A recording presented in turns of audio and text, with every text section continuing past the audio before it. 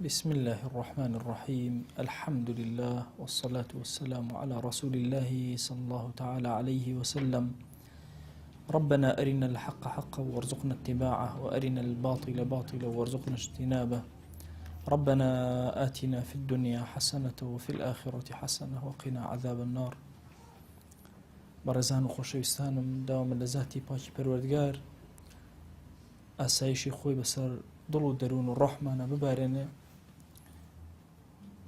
ئەم کتێبە نایابەی بەردەستمان کتێبی الداء والدواء، یان کتێبی الجواب الكافي لمن سأل عن الدواء الشافي، کە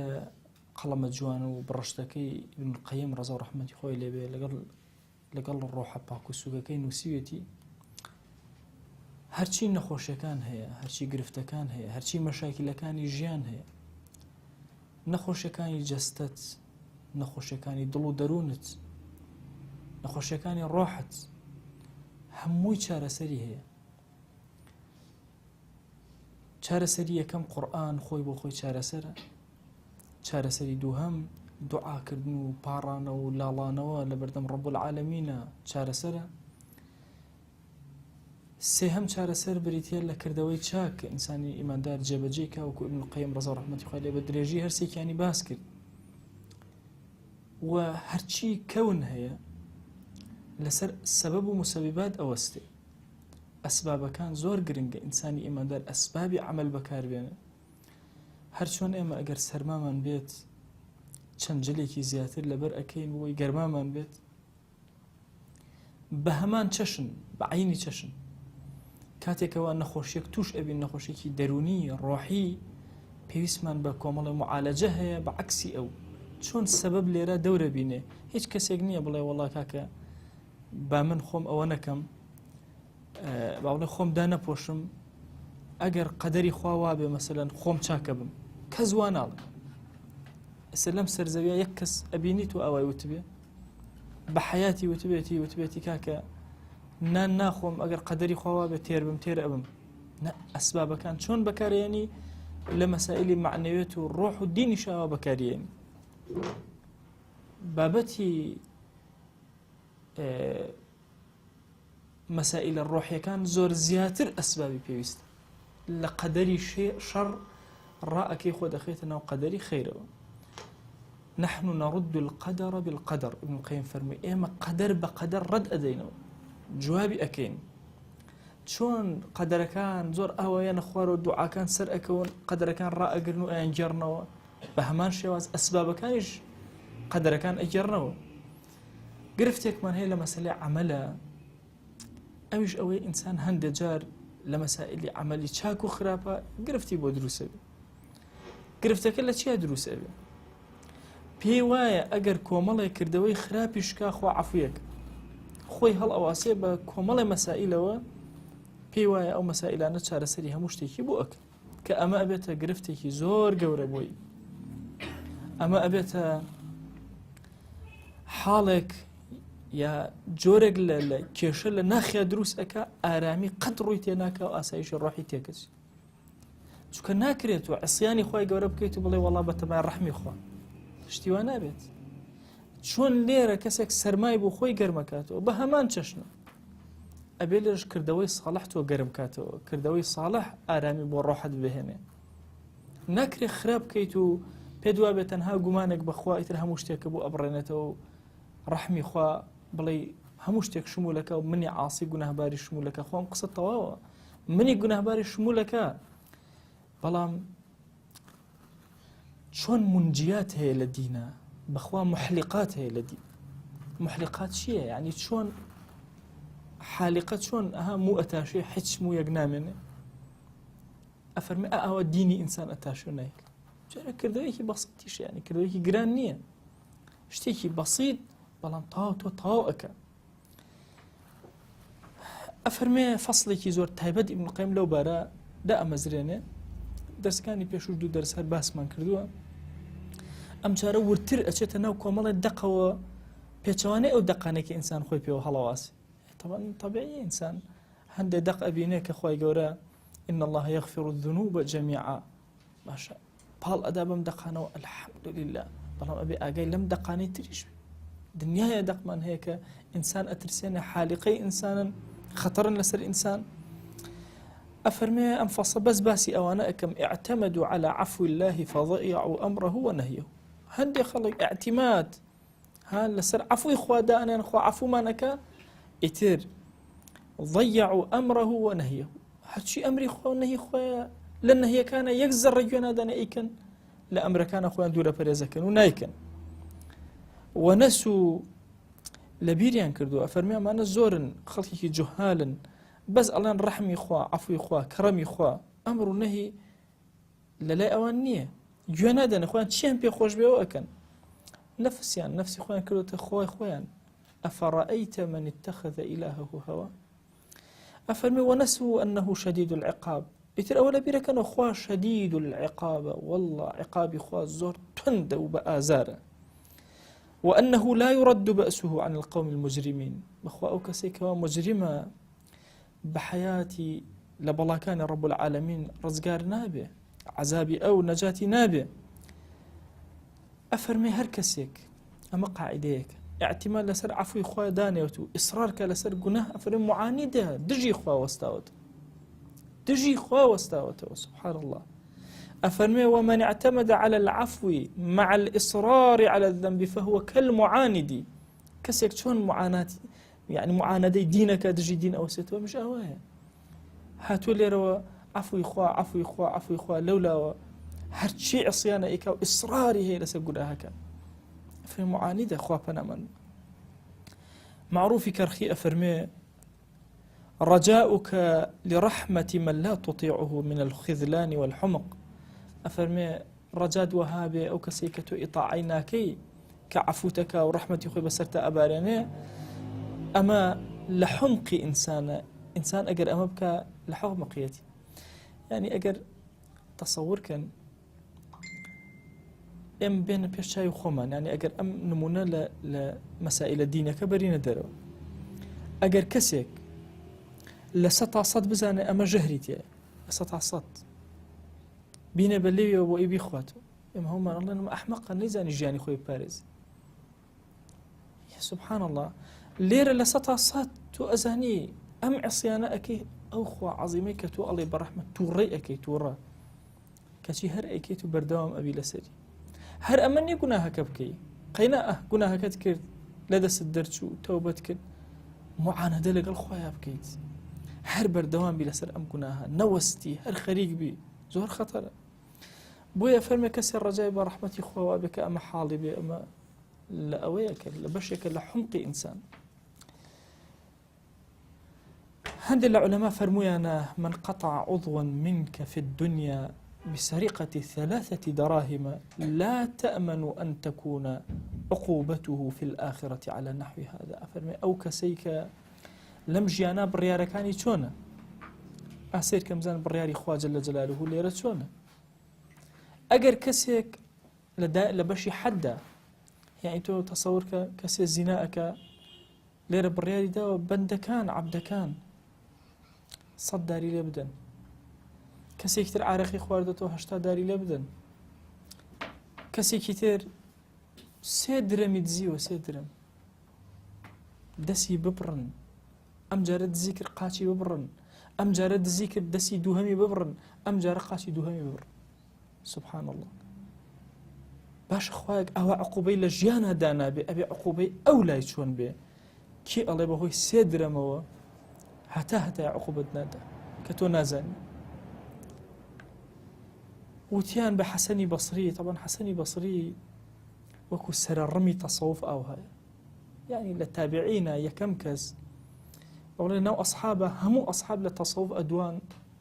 بتابتي أبو ذر غفاري زول الزهديات وأنا قصيك دوهاي أو حسني بصري وكو سر الرمي كي زور قوري لها توب أمتي إسلامي كلبابتي الروح تسكير روحنا أجان لو تأوبيا بيان ود وتيان نراك طويل البكاء أبين بردوام أي حسن أجري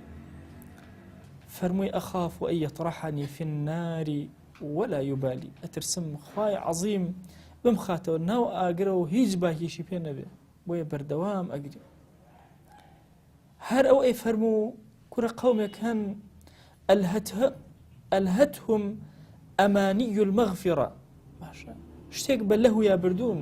چۆن یەکێ لەهو لەعبەکە گۆرانی ئەڵێ هەڵ ئەپەڕێ ئەوانەش ئومنیەتیان هیوایان بە مەغفرەتی خوا بە لەهو لەعب یا بردوون حتى خرجوا من الدنيا بغير توبة بخوا لە دنیا دەرەچی جاری وایە بەبێت تەوبە ئەوەندە ئەڵێ خوا ئەرحەم الراحمین خوا ئەرحەم الراحمین خوا ئەرحەم الراحمین کاتی ئەزانی هەموو شتێک لە دەست دەرچوو يقول أحدهم لأني أحسن الظن بربي وكذب كاتك درأتي الروحي چیت کردو چی پێ عبد بخوا من گومانی باش بخوای خۆم ئەبرد پیاڵان درۆزم درۆت کرد چونکە ئەم کەسە لەو ئەحسن الظن لە ئەحسن العمل ئەگەر گومانی باشی بخوا بردایە کردەوەی باشی بۆ ئەکرد ئەگەر جوان خوای بناسیایە جوان کردەوەی بۆ ئەکرد کەسێک هاتە خزمەت حەسەنی بەسری و پرسیاری لێ کرد وتی ئەبا سەعید ئەی هاوار ئێمە ئەچین لای کۆمەڵە خەڵکی ئەمان ترسێن خەریکە دڵمان لەت ئەکەن فەرمووی والله ئەگەر لەگەڵ قەومێکا بیت کە ئەو ترسێنن زۆر باشترە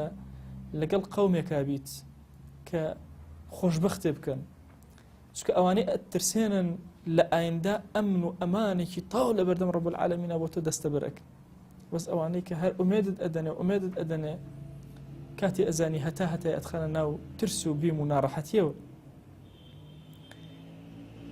ثابت بوو لە پێغەمبەریانەوە صلی الله عليه وسلم يعني لە ڕۆژی قیامەتە هەندێک مەشهەد هەندێک فەرمایشت ئەگێڕێتەوە و باسەکە ئیبن القەیم نەقڵی کردووە لە کتێبەکەیە کردەوەی بچووک يعني عذابی زۆر سەختی خوا جەل جەلاوە لە بەرامبەر ئەو کردەوانە یەکێک لەوانە ئەفەرمێ کەسێک لە ڕۆژی قیامەتە ئەهێنن هەڵی ئەدەن ناو ئاگرەوە سکی ئەدڕێ هەموو ڕێخواڵەکانی ئەکەونە خوارەوە چۆن گوێ درێژ با بڵێن گێرەی پێ ئەکرێت ئەخولێرێتەوە با بڵێن یان ئاوی پێ دەرەهێنرێ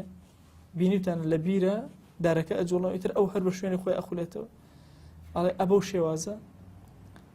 بە هەمان شێواز ئەم کەسە ئاوە بە دەوری ڕێخۆڵە و ناسکی خۆی هەڵ ئەسوڕێ هەموو ئەهلی ئاگر سەریان لەم مەشهەدە سوڕەمێنێ لێ کۆبنەوە سەیرەکەن ئەوە فڵانە مەلایە فڵانە عالمە فڵانە داعی بانخوازە پێی ئەڵێن ئەی هاوار ئەرێ ئەوە تۆ نەبوو بە ئێمە دەوت باشە بکە و خراپە مەکەن با خۆم ئەو کەسەم بەس کە بە ئێوەم ئەوت باشکەن خۆم نەم ئەکرد کە نەهیم ئەکرد لە ئێوە منکەر مەکەن خۆم ئەم کرد سبحان الله ئەم فەرمایشتە یعنی ئەم شتە بەسیتە بەس بە خەڵک بڵێم باشە بکە و خۆم نەیکەم بڵێم مەکەن و بکەم ئەمە عقوبەکەی بێ بەم گەورەیە لەناو ئاگرە دقت بدە کابوو ممکنە کردەوەیەکی تۆ 70 ساڵ بتخاتە ناو ئاگرەوە پێغەمبەریان صلی الله عليه وسلم جارێکیان بەلای بەقیعاتی ئەپەڕی گۆڕستانی بەقیع ئەفەرمێ لێوەتی ئەپەڕی ئەبی ڕافع ئەفەرمێ من لە خزمەتیا بووم ئەفەرمێ فەرمووی ئوفل لەک ئەی ڕۆڵە ڕۆبۆتۆ عليه ظننت أنه يريدني ترسام وابزاني بمن الله أي بيغمري خوا صلى الله عليه وسلم بمن الله فرمي لا ولكن هذا قبر فلان وقبر فلان كسا بعثته ساعيا إلى آل فلان ناردم ولا آل فلان كبشي الزكاة كان كاتو بهنا فغل نمرة فدرع الآن مثلها من نار شو غلبة معناه شارنوية غنيمة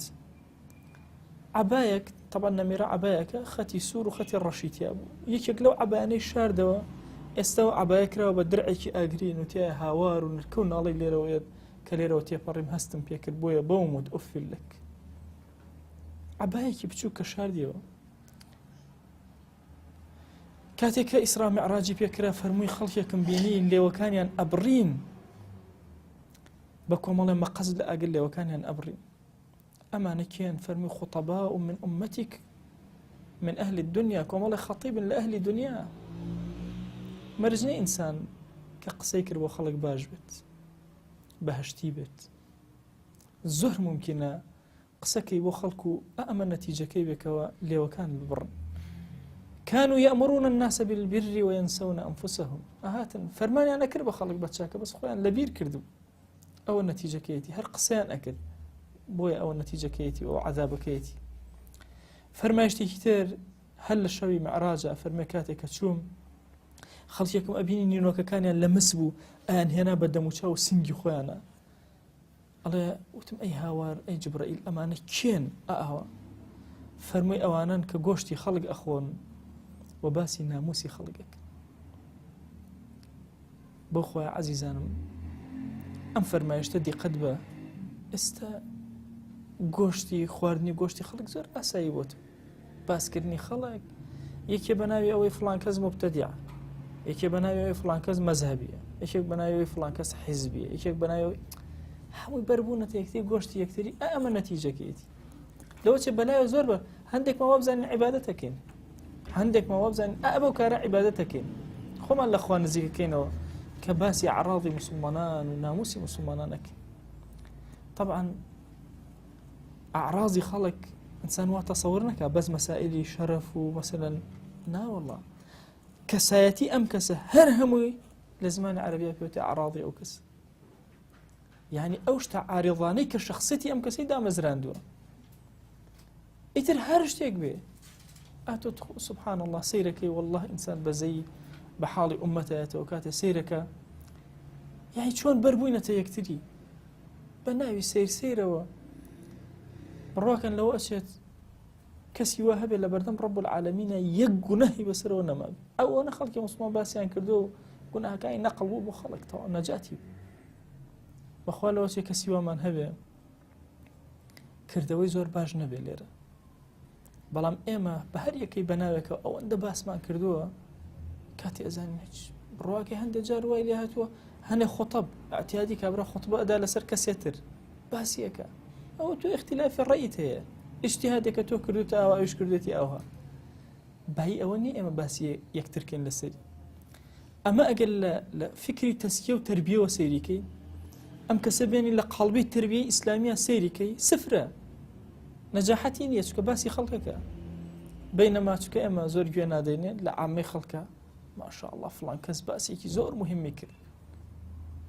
إما أبي زور أجمل لما بخوا الشيطان لم زمنا زور خطر إما خلطان دول لم خالة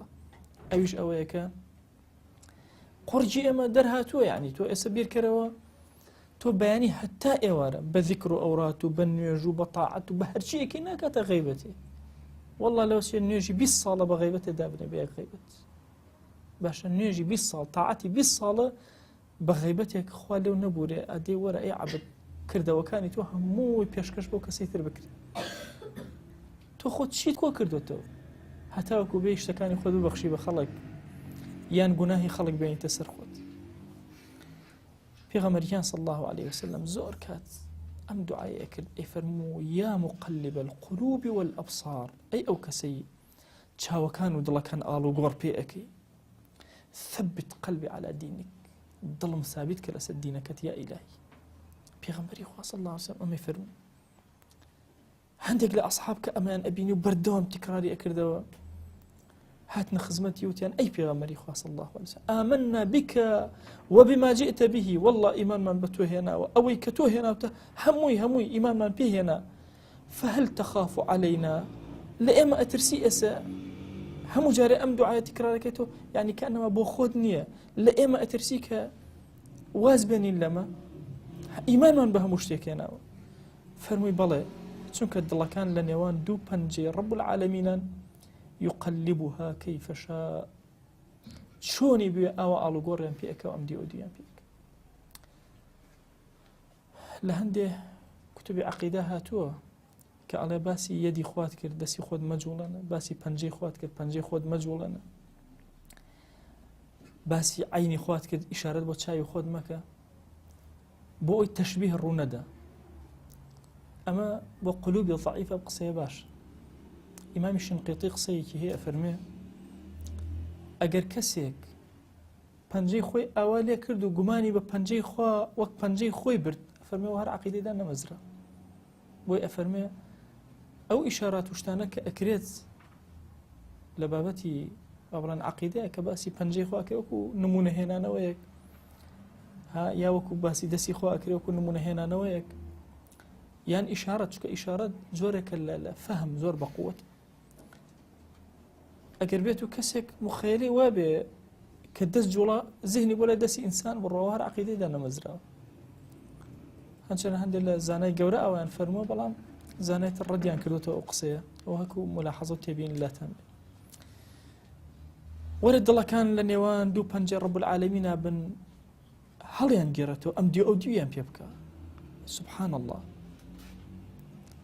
پێغەمبەریان صلی الله عليه وسلم فەرمێ جارێ بە جەبرائیل وت ئەو بۆچی میکائیل بە حەیاتی نێوچوانێکی جوانم لێ نەبینی هەر دەم و چاوی گرش کردووە قەت نابینم زەردەخەنەیەکیش بە حاڵ لەسەر لێوەکانی بێ. من بەخوا لەو ڕۆژە ئاگر دروست بوو ئیتر زەردەخەنەی نەما. باشترین کەسی سەر دنیا کێ زۆر لە نیعمەتە لە دنیا هیچ ناخۆشێکی نەبینیوە سەرەتای ژیانی تا کۆتایی ژیانی مردووە یەک جاریش هەموو غەمێ بە دڵیان نەهاتووە لە نەعیم و خۆشی و جوانی ئەبووە ئەفەرمێ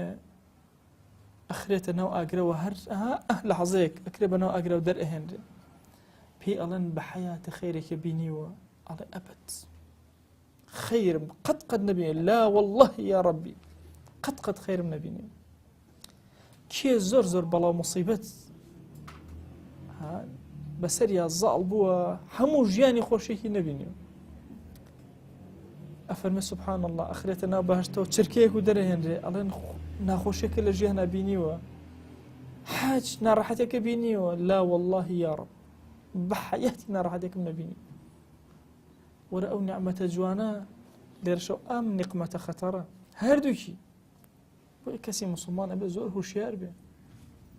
حديثك براي كوري عازبي مشهور كابن القيم هنايتي أفنى بياك أنصاري وفاتي كل خدمة بيغمري خاص الله عليه وسلم روشتين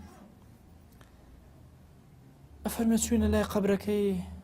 دواء أوي كان نجرا بيغمريان صلى الله عليه وسلم دانشت طبعا دانشتني بيغمري خاص الله عليه وسلم لسر قوركان لفرمايشتك أتو لسر قاچەکانی دانی لەسەر هیچ شتێک دانانیشت هەر خۆی بەسەر قاچەکانی خۆی ئەتیادی چیچکەی ئەدا پێغەمبەری خوا صلی الله عليه وسلم ئەفەرمێ ئێمەش هەر هەموومان دانیشتین بە دەوریەوە كأن على رؤوسنا الطيرة كأنما طير بەسەر سەرمانەوە وەستاون بڕواکە ئێستا هەندێک جارەسی بۆ سەر قەبران تەمەنا ئەکەی نەڕۆشتیتە لێوە کەسێک تەلەفۆنی بۆیە لێوە دوو کەس سەریان کردو بە یەکە قسە ئەکەن دووسێکە دەولەوە چیرۆی گێڕەوە باسی دنیا ئەکەن باسی حیزبایەتی ئەکەن هەندێکیان پێ ئەکەن لەسەر خەبر یعنی ئەو مەشهەدە بین سەرە سوڕێنەوە باسە بەچی پێ ئەکەنەوەن ئەوە هاتوونتە شوێنێک شوێنی پێکەنینە ئەفەرمێ كأن على رؤوسنا الطيرة وفي يده عود ينكت به في الأرض دارێکی پێ و پێغەمبەریان صلی الله عليه وسلم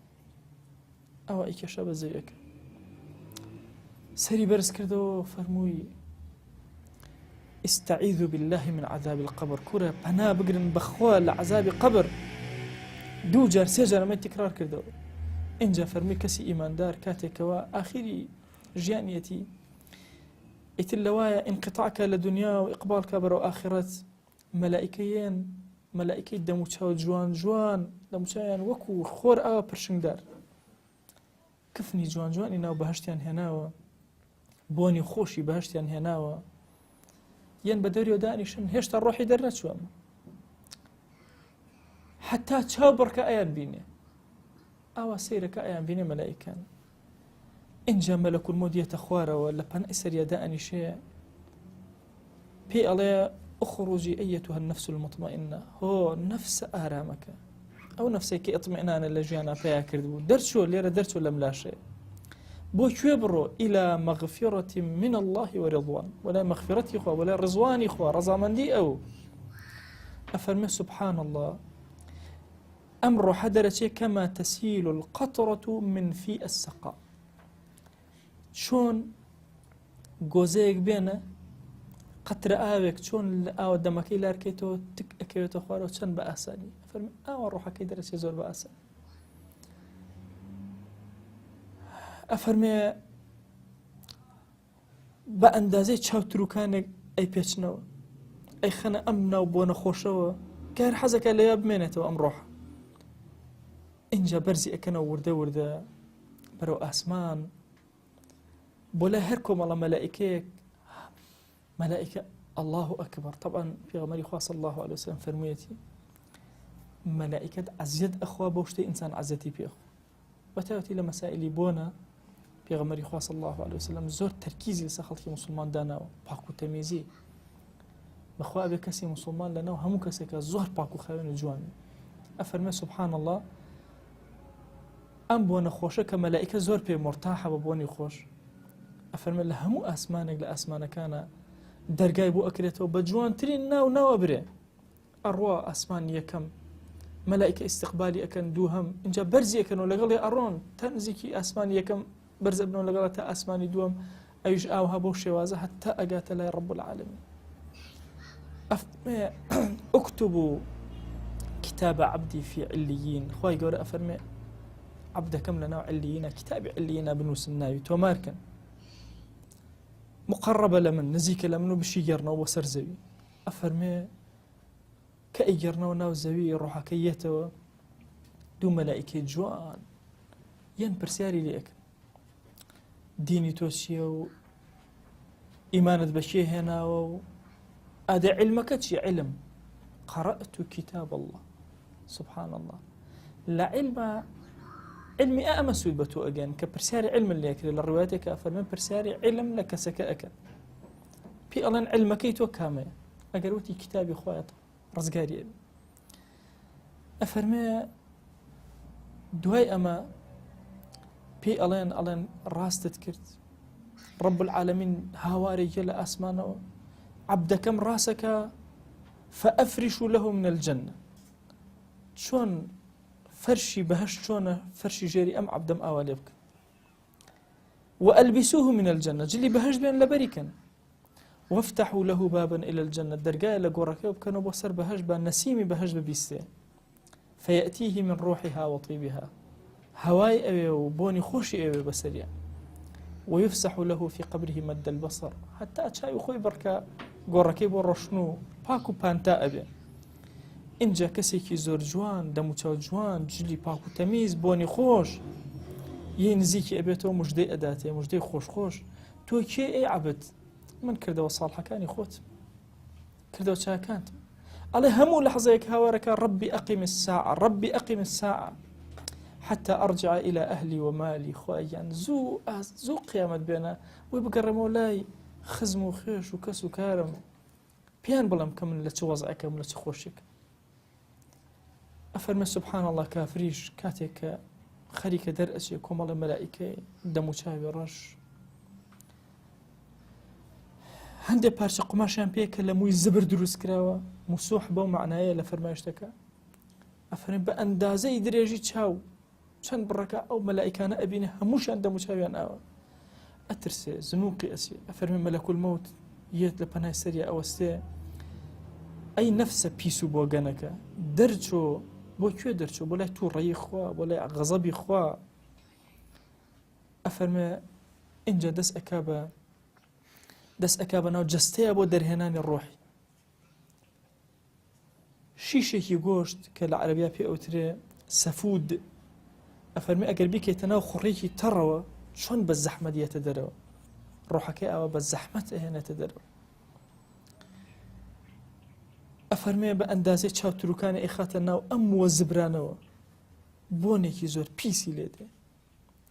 همو سرزوي دايجيرك برزي أكانوا بو أسمان كان أنا بيبن لأسمان يكم ملائكة درقابو أم بونا بيسا ناكنا ألان أما كيه بيستري وناخوشتين ناوي ألان إنجا بيغمريان صلى الله عليه وسلم ما يتخيند وفرمي لا تفتح لهم أبواب السماء ولا يدخلون الجنة حتى يلج الجمل في سم الخياط أفرمي درقا كاني أسمان أبو ناكريتوا ناچلنا وبهشتوا حتى وكو وشتريكي قورا بناو كوني درزيكا بشتنا سبحان الله يعني قد ناچلنا بهشت بينيني بهشت يعني إنجا خواجان أمريكا ناوي لسجينا بنوسن بيجرنا وبزوي أفهمي سبحان الله هالي أدنو ناو زوي ويتو ناو جستكي دو ملائكيان وها برسياري لي أكنو كردو خرابا كاني خوت كأما أبيني وبير لآخرتك هاتو أما سرتاك بي بآخرتك شون بي هاوارك ربي لا تقيم الساعة ربي لا تقيم الساعة هاوارو نركونا الله برزبتو خوايا نێت ئاخرەت نییە. لە فەرمای شتێکە ئەفەرمێ مارێکی زۆر عەجیب دێ پێوەی ئەدا لە ڕوایەتێکە ئەڵێت کەسێکی کوێر کەڕ نابیستان نابینا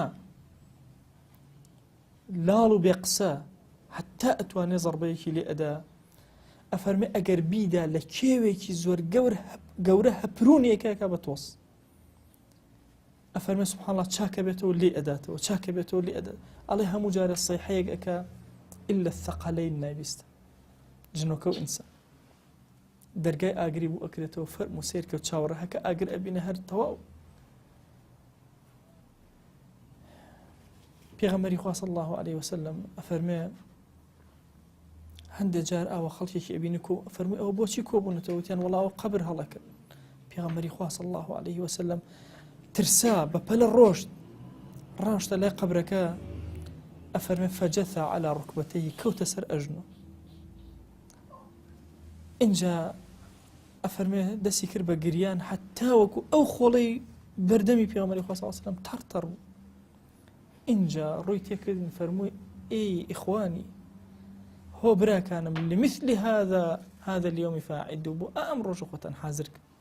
خۆتان ئامادەکرد بۆ ئەم ڕۆژێک کە ئەچنە ناوی.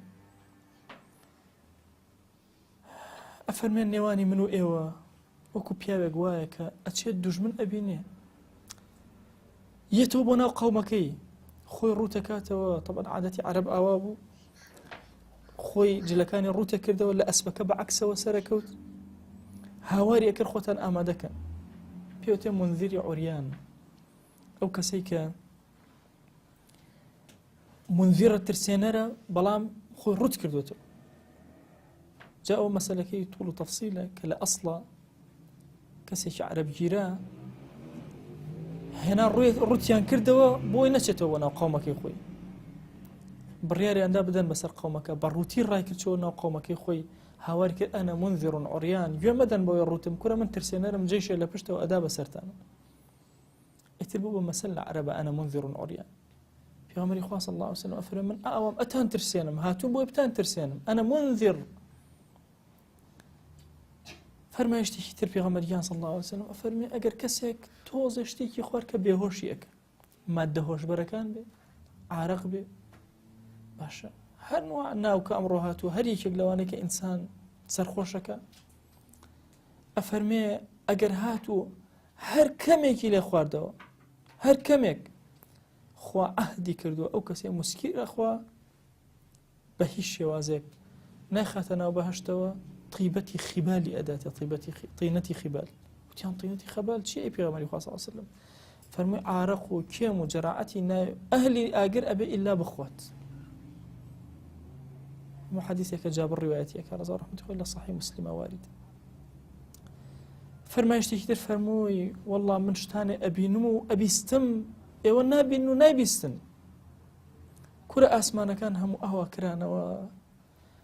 كرة هر نيوان شوار بنجة أهوى داني ملائكتي يا سجدة أبا يا لركوع يا خريجي طاعت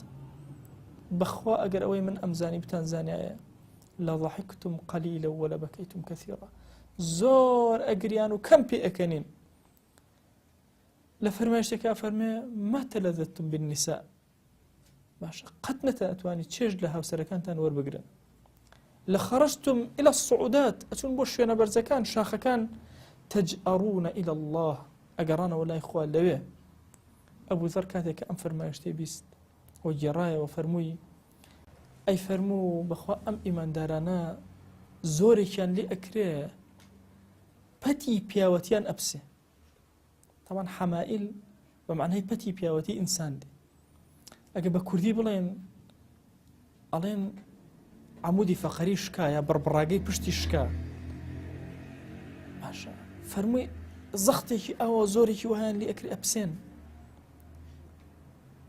فەرمایشتێکی تر پێغەمبەریان صلی الله عليه وسلم ئەفەرمێ کاتێک کە سعدی کوڕی معاذ وفاتی ئەکرد چوین پێغەمبەریان صلی الله عليه وسلم نوێژی لەسەر کرد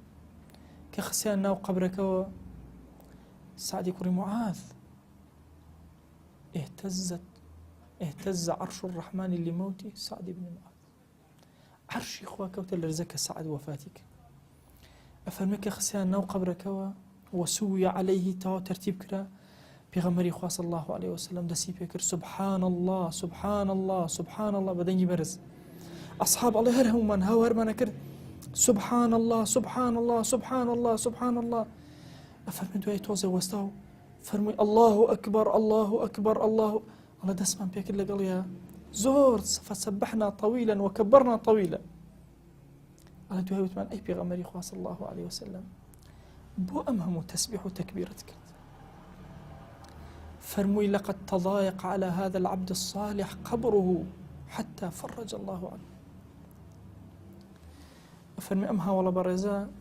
قوركي أوان ده قشرا أم تسبيحات أمكن أم عبد صالح ناويشي أما بصالح. أفرمي أم سبحان الله الله أكبر مكر حتى هو كدر قاي لكر حتى أخوة قاو درو خيري لكر. أفرمي لصحيح بخاري أبي سعيد بمن إجارته أفرمي أجر جنازيك كهل جيرا لسر شانكان أجر صالح بو هاورك قدموني قدموني تخو زوب مجانا أجر طالح بو هاورك يا ويلها أين تذهبون بها أي هاور أو جنازة بو كوي أبن. أفرمي بشوازك أو أنوزيته إلا إنسان بها مشتي صوتك أبي سيد أجر إنسان بيبسي لهوش خويتش وعندنا راحته. فرمايش زور لمبارو وابن القيم زورك باسك لو أشياء بمدرسة ومنطقة نبي لردا اكتفاء كين دواء كين لذاتي باشي پروردگار لجير رحم وكرمي خويا رحمان كاتو بزي خوي بسر ما نببارن خويا جان تو صفاتك كان الرحمانية والرحيمية بيش همو صفاتك كان كوتو. أجر شيء إما قنها بار وخجالة بارين أجر شيء إما الرشي بردم ديواني توين إما يدس الرشي زمان رش خويا جان هانا من برحمته هنا درقاني رحمته لكز دا ناخر يا إلهي لإما يقنها بارشي دامخ يا أكرم الأكرمين. خويا جان من جرى لو عبداني كبروي سبيو سري برزة بلقيته شادة من يا رب العالمين. خويا الزليل بين قنها كان من مكة لنيوان إما قناها كان پردەیەکی زۆر قایم دروست کە یا ئیلاهی نێوان مەشرق و مەغریب دوورمان خەرەوە لە گوناهەکانمان. خوایە عەفومان کە لە گوناهانێکە کردومانە بە زانینەوە عەفومان کە لە گوناهانێک کردومانە بە نەزانینەوە. تو گەورەی خۆت لە گوناهە گەورەکانمان ببوورە لە گوناهە بچووکانمان ببوورە ڕەحمەت و کەڕەم و میهرەبانی خۆت بەسەرمانە ببارێنە. خوای جان داوات لێ ئەکەین بە ناوی جوانت بە صیفەتی بەرزت بە ئیسمی عەظەمت يا ذا الجلال والإكرام. خويا تزور كريمي بخوا كسي كريم دسي عبد قناه باركاني ردناك توبة لبيك جوابيان أداته وإما قناه باريش دسي خجالتي من بولايت وبرز كردو تشاوري رحمة كرمي تو أكين خويا رحمة كرمي خود بسلمان ببارن. خويا كسي كريم كان أجر كسي تقل درقاي ماليان بدا قد درقاي بروادا ناخن درقا بروي إيما يقولها بارش دامخ يا أكرم الأكرمين. يا ربي خويا جان بزي خود بسلمان ببارنا عفو مانك يا أكرم الأكرمين. خويا عفو مانك خويا تو عفوت بيخوش عفو مانك. خويا جان داوال لي أكين بقوري خود بكرمي خود صلاة وسلامي أما دسي إيما بقينا وبيغمري خواه صلى الله عليه وسلم. خويا بأندازي مخلوقاتي خود بأندازي هناسي مخلوقاتت بأندازي جواني الرنقكان بأندازي دنگ خوشكان پروردگارا بأندازي بون جوانكان پروردگارا صلوات بدي داري پیغمبري خواه صلى الله عليه وسلم أن يرينو بيقين بومان يا أكرم الأكرمين. يا ربي خواه جان يك ناما لخزمت يا بينا والسلامي إما بيبقينا يك ناوي إما لخزمت حاولانا بينا والسلامي بيبقينا. يا ربي خواه جان يك ناما لخزمتي قورة بيوانا بينا والسلامي إما بيبقينا. يا ربي خويا داوال لي أكن بناوي جوانت وصفتي برزت باسمي عظمت. خويا جان إما زمان ما كل الدعاء كردنا لتو أبارئنا هر شاكي بيغمبري خواه صلى الله عليه وسلم داوال لي كردوي خويا داوال لي أكن بيمن عطاك هەر خراپەیە ئەو خۆشەویستەمان پەنای پێگرتووی خوایە ئێمەش پەنات پێ ئەگرین خوایە ئێمەش پەنات پێ ئەگرین خوایە ئێمەش پەنات پێ ئەگرین و پەنامان بدە یا رب العالمین يا ربي خوایان يا مقلب القلوب والأبصار ثبت قلوبنا على دينك ثبت قلوبنا على طاعتك ثبت قلوبنا على الإيمان يا رب العالمين يا ربي خوایان داوان لي أكين بقوري خو ثابت من كلا سر أم دينان يا ربي خوای استقامان في عطاك لم دنيا درمان مك بإيمان ونبي لم دنيا درمان مك بشياتمان ونبي خويا لو لحظة الرحمن درت شيء تو قوري خود بزي خود بسرمانا ببارنا تو قوري خود من جرى لو عبداني كأم دنيا بدلي خوش وبجي هيلن خويا داوال لي أكي لو كاتيج لكان من دائرن ببي أقاداري خومان وببي إرادي خومان خويا بزي بسرمانا ببارنا تو قوري خود شون ليرة توي كريم عيبكان ده شاردوين عيبكان من لبردم خلائقها لرؤجي قيامته داب شار يا رب العالمين خويا أو كاتي أمان شون رحمته بزي خود بسرمانا ببارنا أو كاتي كفن أكرين بزي بسرمانا بارنا أو كاتي أخرين السرشاني بيا وكان پروردگارا بزي خود بسرمانا بارنا أو كاتي بتاقو تنها لنا وقور تارا بجمان إهيلن خوائيان تو كسي بكساني يا إلهي تو قوري خود خواه بزي خود بسرمانا ببارنا عفو منك يا رب العالمين عفو منك يا أكرم الأكرمين ضلكان من أسودك يا رب العالمين أسايج والرحمة بنير يا أكرم الأكرمين خويا عفو منك خويا عفو منك خويا داوال ليكن لفتني أم زمان بمان بارزة يا أكرم الأكرمين تو قوري خود خويا هداية الدين بو أمر جوانا استقاما بيا بخش خويا استقاما بيا بخش خويا استقاما بيا بخش يا ربي خويا داوال ليكن بقوري خود سباردا قد لا يتوزا نبو أي إلهي وإيماني خما سباردي توكر يا رب العالمين يا ربي خوایان إيماني خما سپاردەی تۆ کرد آخرەتی خۆمان سپاردەی تۆ کرد ڕۆحی خۆمان سپاردەی تۆ کرد خوایە ڕۆحەکانمان ئاسوودەکە يا رب العالمين آمين آمين والحمد لله رب العالمين صلى الله على سيدنا محمد وعلى آله وصحبه